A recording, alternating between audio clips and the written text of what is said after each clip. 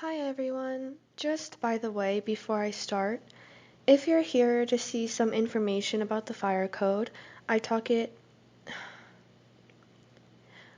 about it at the timestamp on screen and show are at the end of the video at around this timestamp.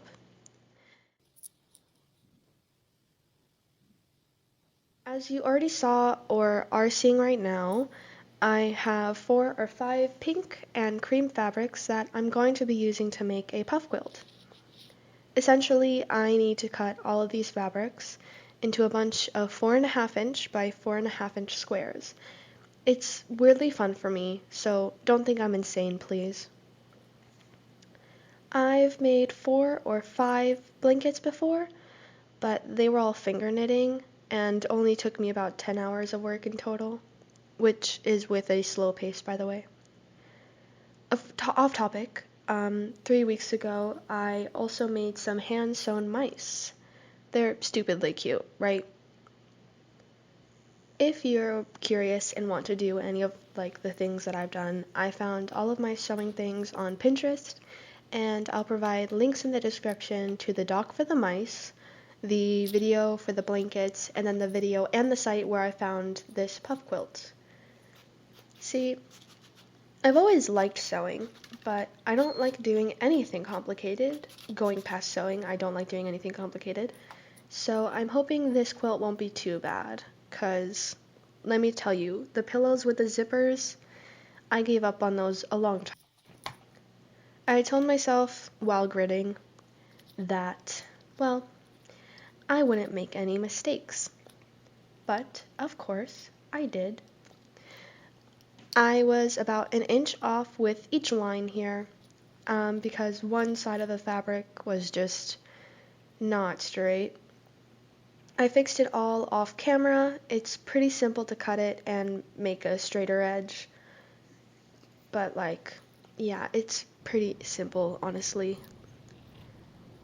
Please forgive me for my horrible camera skills that are worsened by me speeding up the entire video except for one tiny little section of a minute long. Yeah, just ignore it, please.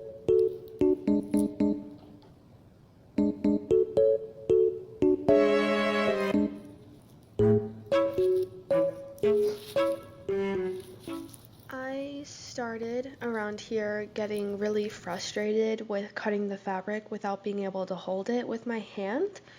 I was getting annoying lines, so I ended up cutting the rest off camera, and you'll probably see me gesturing to the fabric, pointing at it. Just ignore that, okay? I thought I would keep in the audio from there. Fun story, I actually lost all the original video files. Yay! They all got corrupted somehow, so that's why this is a week late. I had to re-record everything, and after that, I kind of got super busy with homework from my classes. Yeah, I'm failing 2 of my classes, but it's fine. This is much more important, obviously. The only class I enjoy and am doing well in is psychology, 'cause, I mean, come on. It's fun learning about the roots of daddy issues, okay?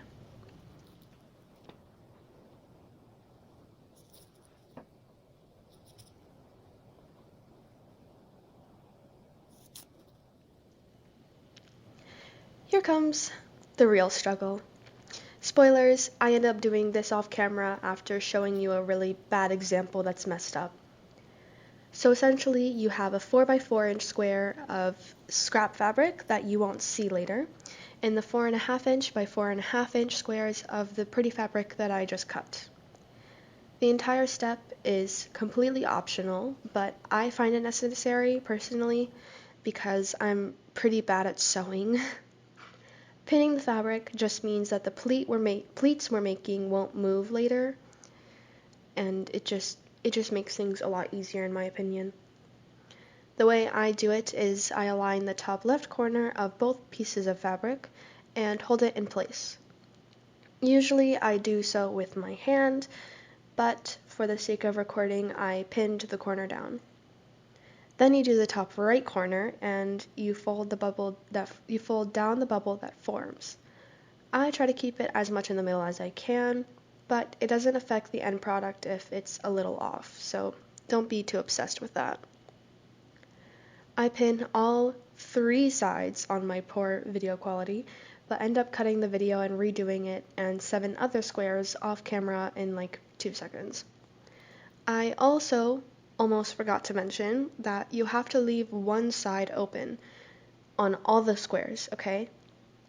Don't pin or sew one side on all the squares because you need to fill them with polyfill later. La oigo otra paloma. Me voy a matar. Me voy a matar. Este es mi último. Wee. The sewing machine that I'm about to use, I got it from my cousin who got it from our grandma. Really easy to use. I love it. And it goes at a set pace, so I don't have to worry about it going way too fast for me. Only issue that I have with it is that I can't do the reverse thingy that creates a knot. So I have to manually turn the squares, which you'll see me do a couple times, but it's really, honestly, not a big deal. I just like to make a lot of knots in my sewing, especially hand sewing, since I'm always scared something will go wrong. And if anyone actually watches this, I'll probably make another video or 2 with more sewing machines where I rant. Also, I still have to sew all of these 114, going to be like 300 squares together, and that's an entire process on its own. And also, on the topic of making videos, you want to know what's so great about Procreate? It automatically records all of your progress unless you turn it off. So, what I'm saying is, if anyone wants a separate video for any of the drawings that I'm going to be showing at the end of the video, then I can easily do that whenever I want, really. And even if no one says they're interested, I might just post 1 or 2 anyway. Specifically, I really want to post these 2 drawings, one of which I can't show you, and I'm really annoyed about it because it's so spoiler heavy. And the other one is the book cover that I just made over the summer sometime, like a couple months ago. And I'll show the book cover later, obviously. I suppose I can start talking about my book now, as this is an uneventful 2 minutes of sewing. I joined a writing club that gives monthly prompts because, well, I thought it would be a cool way to get more ideas. This month, it's a time period piece with a twist of horror for the fall season and Halloween coming around. I'm personally focusing more on the time piece rather than the horror aspect, though. I'm writing a short story because the club wants something that's shorter because they have to read it and, post them and everything. They have like a website. No, I'm not sharing it. I know no one wants it anyway, but shh. I'm writing a short story, less than 10 pages, of the backstory of the Fire Code's main villain. You haven't met them yet, since I never got to that bit of the story. I think I only got to Rosemary taking the call, right?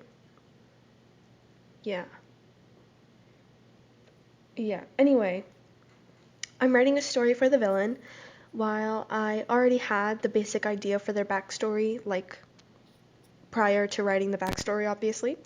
I'm now refining and adding extra details. It is set in 1432 Victoria, Spain. I'll put a picture or 2 of the map, and then one of the alleys, kind of little side roads where I have the villain living in the top floor. I've done a bit of research on it, so As you'll see from the map I show, if you suck at geography, it's by the coast of Spain near the border of France. Otherwise, the top right area of Spain. Enough about a story that you can't read. The Fire Code is 4 chapters from being completely done, which is roughly 40 to 50 pages in total because my chapters tend to be 10 pages long. I also technically need to edit the entire 120 plus page document, but that shouldn't take too long if it all goes to plan. And I wouldn't even need technically to edit the entire book to start the comic, so the comic will likely be starting next summer, or like this summer, or however you want to refer to it. I have to fill the puffs off camera, but what I do is I have a handful of polyfill and I spread it out into a square-like shape because obviously you can't make it an actual square. Then I put it in the puff oh my god, I can't speak today. Then I put the polyfill into the square pocket thing to make it a puff. And it's really simple. Okay, I don't even think I really need to provide an explanation for this, but why not? I don't know.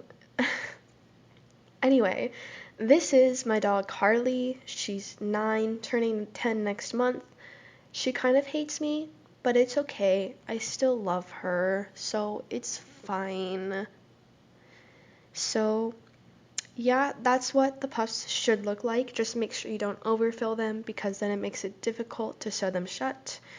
Now, while you watch me hit tiny pillows, I'm going to tell you about the different drawings I've done.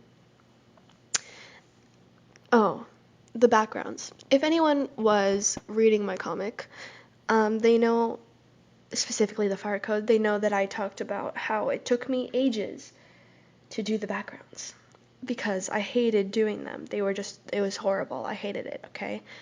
But I finally started kind of liking doing them, honestly, because I found the perspective tool on Procreate. I already knew it existed, but I didn't know exactly like what it was really helping me with, but I figured it out now, obviously. But the first few that I showed are without the perspective tool, and they're not horrible, but I might redo them later because some stuff is... I've done 2 drawings of Sasha. Okay, well, there's more, but I can't show the other 4 I did because of spoilers, but just know that they exist. Finally, for comparison, here's the very first cover I drew for the book. Horrible, I know. I thought the airbrush was perfect to color it. Then there's the second one. It's not too bad, honestly, but here's the newest one. This one is the one that I'll probably make a video for and find some good, non-copyright music to put in the background. But I guess that's all for today, for now, or whatever. I hope this was at least somewhat entertaining. Have a good day.